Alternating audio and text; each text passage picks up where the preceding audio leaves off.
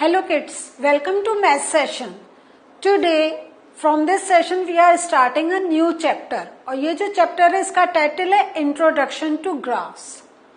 सो graph word तो आप लोग जानते हैं, आप लोगों ने पहले भी अपने क्लासेस में बहुत कुछ सीख लिया है ग्राफ के बारे में. लेकिन वो क्या है कि कुछ चीजें हम सीखते हैं और लेकिन जैसे जैसे क्लासेस में हम आगे चलते हैं और भी उससे रिलेटेड बहुत से नए नए कॉन्सेप्ट्स हमें सीखने के चांस मिलता है. Is this thing clear to you? So आज हम लोग फिर से ग्राफ्स का एक और कुछ सीखने जा रहे हैं. वो क्या क्या चीज सीखेंगे, क्या नए कॉन्सेप्ट सीखेंगे और जो हम लोग ये सीख रहे हैं उससे हमें पता चलेगा जो हमने पहले सीखा था कितना अब तक वी रिमेम्बर, हमें कितना आता है अभी तक. Okay, so let us start a new chapter as well as today's session. So हम लोग देखते हैं ये ग्राफ्स. हम लोग ग्राफ्स कहाँ देखते हैं? हम न्यूज़पेपर में देखते हैं. न्यूज़पेपर में कैसे? अगर बहुत कॉमन है टू टेल द टेम्परेचर, है ना, टेम्परेचर बताने के लिए करते हैं.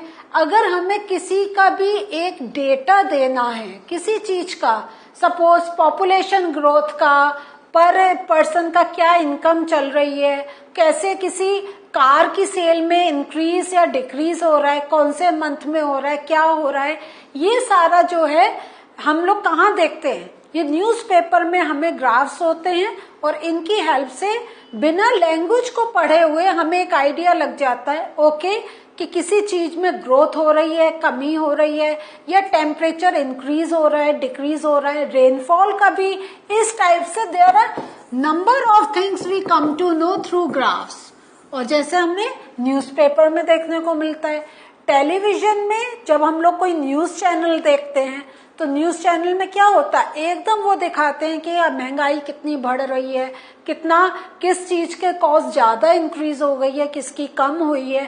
तो ये हमें टेलीविजन में भी स्पेसिफिकली जब हम कोई न्यूज चैनल देखते हैं तब हमें ग्राफ्स देखने को मिलता है. क्लियर?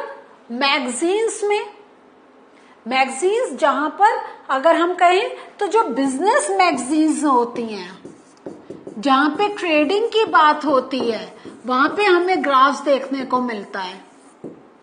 ट्रेडिंग मीन्स वही हम जब किसी का हम कॉस्ट को कंपेयर करते हैं. सपोज आपके जैसे मैगजीन्स हैं वो बताना चाहते हैं कि कौन सी कंपनी की कार ज्यादा सेल आउट हो रही है, कौन से कंपनी का मोटर बाइक्स बहुत ज्यादा सेल हो रही है, किसकी कम हो रही है, किसकी पहले कम थी अब इंक्रीज हो गई. तो all these things are mentioned through graphs. और ऐसे ही हमें बुक्स में भी देखने को ग्राफ्स मिलते हैं.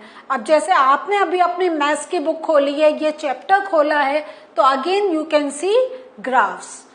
क्लियर? सो ये तो अभी मैंने आपको कुछ एग्जांपल्स दिए, लेकिन जैसे जैसे अभी हम इस सेशन में जाएंगे तब आप देखेंगे ग्राफ्स ये नहीं और भी कितनी कितनी हमारी जो इंडस्ट्रीज हैं, कितना कितना हमारा जो ऑर्गेनाइजेशंस हैं, अगर हम देखें हर ऑर्गेनाइजेशन, क्योंकि वहां पे एक प्रोडक्शन हो रहा है, वहां पे कुछ काम हो रहा है, इवन लोगों की परफॉर्मेंस का ये सारा analysis are done through graphs. So what is the purpose of graph? ये ग्राफ क्यों हम लोग बनाते हैं? ये अभी हमने देखा न्यूज़पेपर में, न्यूज चैनल में, या बुक्स में, या मैगजीन्स में. Why do we put these graphs? हम लिखते क्यों नहीं है? आपने इस बारे में सोचा है? चलिए एक मिनट थॉट, बिना कुछ है इसको पढ़े हुए, बिना मुझे सुने हुए आप खुद थॉट दीजिए. ये ग्राफ क्या कंफर्ट करता है? क्यों बनाते हैं ग्राफ? यस, ग्राफ जो है, जैसा मैंने अभी बिल्कुल जब स्टार्ट कर रहा था ये सेशन तब बताया था, it saves lot of time. हमको ज्यादा पढ़ना नहीं पड़ता है, देखते ही अगर है हम पूरे लैंग्वेज पढ़ें कि इसकी इतनी सेल हुई, इसकी इतनी हुई, इसकी इतनी हुई, फिर अपना कैलकुलेशन करें किसकी ज्यादा है, तो by looking at the graph हम immediately we come to the conclusion, we get the understanding किसमें is the growth, किसमें less is the growth, and the number of other informations we can collect just by looking at a piece of a paper या at a sheet, anything where the graph is there. So the purpose of the graph is to show numerical facts. अब आप इसको देखें, numerical facts in visual form. What is the meaning of this? It has got the same meaning जो मैंने अभी आपको बताया था. क्लियर हुआ? क्या बताया था? कि देखते ही हमें पता चल जाए. तो numerical facts in visual form, visual देखते ही, हमें पढ़ना नहीं पड़े. कुछ चीजें होती हैं जो हमें पढ़कर पता चलती हैं, कुछ चीजें होती हैं by looking at it, by visualizing it, we can get the understanding. एक है अगर हम पढ़े कि आज ये बारिश हो रही है, एक है हमने बाहर देखा, बारिश गिरते देखा, हमने कह दिया बारिश हो रही है. We don't need to have to read out anything या to hear anything by visualizing it. तो to show numerical facts in visual form, so that they can be understood quickly, easily and clearly. देख रहे हैं, quickly means it saves the time, easily means we have no confusion. easily जैसे मैंने अभी कहा कि अगर हम कार की सेल का देख रहे हैं और हमें 10 ब्रांड्स का पूरा डेटा लिखा हुआ है, तो हमें क्या होगा, किसी का लिखा है उसकी 363 हुई, किसी का हुआ 370, किसी को हुआ 350, तो हमें बार बार देखना पड़ेगा भैया ज्यादा किसकी है. 300 तो हमें यह है, लेकिन कहाँ 63, कहाँ 67, तो हमें कैलकुलेट करना. तो वो क्या है, वो सब हमारा क्या है, जो चीज इजी होती है, this means it can be done quickly. है या नहीं है? जैसे आपके सम्स हैं, जो आपको इजी लगते हैं आप जल्दी कर लेते हैं, जो डिफिकल्ट लगते हैं उसमें टाइम लगता है. इसी वे में when you look at the graph, तो you can get the concepts, you can get the information very easily. तो अगर आपको इजली हो रहा है, this means you are saving your time and clearly कि अब हमें कोई भी कंफ्यूजन नहीं है हमने किसकी ब्रांड का क्या करा था. बाय लुकिंग एट इट हम ये सब चीजें जल्दी से कैलकुलेट कर लेते हैं. दूसरा इंपॉर्टेंट है, ग्राफ में जनरली क्या होता है, हम न्यूमेरिकल वैल्यूज पे बहुत ज्यादा वैल्यू करते हैं नंबर्स पर. अब नंबर्स देखिए, अगर हम कहीं देखें तो नंबर्स आर एवरीवेयर, हमें एक आइडिया देते हैं कि किसी चीज का कहाँ क्या कितना प्रोडक्शन है, क्या है. अगर क्रॉप प्रोडक्शन की बात करें तो कितने टन कहाँ कितना हमारा कल्टीवेशन हुआ है. Okay, thus graphs are visual representation of data collected. तो ये देखिए, अब हमने इतना बड़ा लिखा है, अगर इसका एक बहुत शॉर्ट फॉर्म में बोले तो क्या है, they are the graphs are the visual representation of data collected. तो जहां हमने न्यूमेरिकल की बात कर रही थी उसको अब हम कह रहे हैं कि it's the data that we have collected.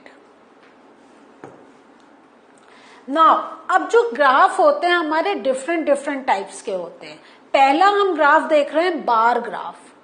Bar graph क्या होता है, जैसे एक हम क्या कहते हैं, बार मीन्स एक लंबा सा एक कुछ पिलर, एक लंबी सी चीज, रेक्टेंगुलर फॉर्म. तो ये बार मीन्स दिस स्ट्रक्चर, कहते हैं ना चॉकलेट बार है, बटर बार. ओके, सो ये हमारा, तो bar is the this type of representation. अब जो बार ग्राफ होता है उसमें आप ये देखें कि हमारा क्या होता है, ऐसे हम बार्स बनाते हैं to give different information and there is a distance, there is a some distance between the consecutive graphs. हम एक साथ नहीं बनाते, उसका अभी हम आपको बताएंगे, उसका दूसरा नाम आता है. This we cannot say bar graph. Just remember this thing, क्योंकि ये आपस में अटैच्ड है. Bar graphs means when we draw structures like this, एक दूसरे से चिपके हुए नहीं है, there is a distance between them. तो bar graph is used to show comparison among categories. ठीक है। अब जैसे हमने क्या करा, हमारा ये जो है वाई एक्सेस पर ये हम बता रहे हैं कि these are the marks in mathematics subjects, लेकिन हम ये कंपेयर कैसे कर रहे हैं कि फर्स्ट टर्म में कितना था, सेकंड टर्म में कितना था, थर्ड टर्म में कितना था। So it is use to show comparison among categories. तो कैटेगरी क्या आ गया, first term, second term and third term. It में कंसिस्ट ऑफ 2 और मोर बार्स। तो मीन्स अगर हमें एक ही का अगर हमें डिस्कस करना है तो there is no point of making a graph. Graph हम कब यूज करते हैं, when we need more than one, जब हमें कंपेयर करना है कि कैसे किसी चीज में इंक्रीज हो रहा है या डिक्रीज हो रहा है। तो अगर हम ये देखें तो just by looking at the graph हमें एकदम पता चल रहा है कि अगर हम किसी बच्चे का मैथ्स एग्जाम का या मैथ्स के नंबर को कंपेयर कर रहे हैं तो हम ये देख रहे हैं द चाइल्ड इज इम्प्रूविंग, क्योंकि पहले अगर उसका जो बार था वो यहां तक था, now it is growing up and then growing more. तो हम जैसे इसकी लेंथ को इंक्रीज करते देख रहे हैं हमें पता चल रहा है कि there is a increase in the या there is improvisation in the performance, क्योंकि जैसे जैसे उसके मार्क्स बढ़ रहे हैं हमारे ग्राफ की length is also increasing. Clear हुआ आपको, समझ में आ रहा है। Now bar graphs can also have double bars, और ये जो डबल बार्स होती है या तो हम शेड करके, क्लियर हुआ, या हम डिफरेंट कलर से ऐसे रिप्रेजेंट करते हैं। तो इसमें आप देख रहे होंगे ये थोड़ा डार्क शेड है and this is a bit light shade. Clear हुआ। सो अब ये जो हम करते हैं ये कैसे करते हैं, so bar graphs can also have double bars. This graphs gives a comparative account of sales of various fruits over a 2-day period. तो जैसे अभी हमने फ्रूट्स का ले लिया, ऐसे we can do the comparison of anything. Like हमने first example में देखा था, we have taken about maths. अगर हम दूसरा सब्जेक्ट ले लें साइंस, तो by putting those graphs, first term में मैथ्स में उसका ये नंबर आए थे, साइंस में इतने थे, सेकेंड टर्म में मैथ्स में इतने थे, साइंस में इतने थे। तो if we want to compare more than one, अगर कुछ भी हम जिस चीज का कंपैरिजन कर रहे हैं तो we use a double bar graph. और इसमें जैसे हम कंपेयर कर रहे हैं तो हम मंडे एंड ट्यूसडे का कर रहे हैं। मंडे को we have highlighted in dark and Tuesday को we have highlighted with the light colour. तो अब हमें पता चल गया मंडे को मैंगो की इतनी सेल हुई थी एंड ट्यूसडे को मैंगो की इतनी सेल हुई थी। तो यहाँ पे हमें नंबर्स मिल रहे हैं और उससे we can do the comparison. Clear हुआ। And this is very important, जब हम डबल बार ग्राफ ले रहे हैं तो we have to provide this की कि कौन सा शेड, कौन सा कलर क्या चीज रिप्रेजेंट कर रहा है। Now the other graph is pi graph, या इसको हम कहते हैं सर्कल ग्राफ। ये जो होता है pie graph is use to compare parts of a whole. कोई अगर एक पूरा हम एक 100% ले लें और उसमें हम करें 10%, 30%, अगर हम एक जनरल देखें तो when we are doing the comparison of the percentage, we are comparing the given quantities, the given numerical values in percentage, then we use this pie graph, और इसको बहुत सी जगह पाई चार्ट भी बोल देते हैं। It shows the percentage of viewers watching different types of TV channels. Like just by looking at it, तो हमें पता चल रहा है entertainment जो है that is like the by the most, that is 50%, 20% viewers watch sports, 15% news and 10% some very informative channels. So ये हमने क्या करा, टोटल जो लिया उसकी हमने as per the percentage value निकाली and then we are considering this to be by putting all the information in pie graph. दूसरा आ जाता है हिस्टोग्राम।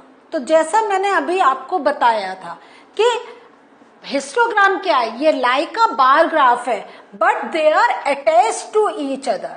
तो ये मैं थोड़ा डार्क करके आपको दिखा रही हूं, ये इस टाइप से ड्रॉन है। ओके, सो इस टाइप से हमारा ये हिस्टोग्राम। तो देख रहे हैं there is no gap in between. Why we are not putting any gap? क्योंकि जब हमारे पास इंफॉर्मेशन होती है इन रेंज, जैसे 40 to 45, 45 to 50, 50 to 55, 55 to 60, तो जब हमें है तो 40 और 45 के बीच में 4 है, तो 40 एंड 45 के बीच में हमने 4 मार्क करा। 45 to 50 12 हमें दे रखा है, तो हमने 45 to 50 ये करा। So it is adjacent bars over the intervals. So when the data is given in intervals, then we draw a histogram. So what did we learn today? Today in this introductory session we have learned about graphs. हमने 3 type के graphs के बारे में अब आज discuss कर लिया है, bar graph, pi graph and histogram. अभी थोड़े से और ग्राफ्स बच रहे हैं, that I will take in the next session. So till we meet again, bye.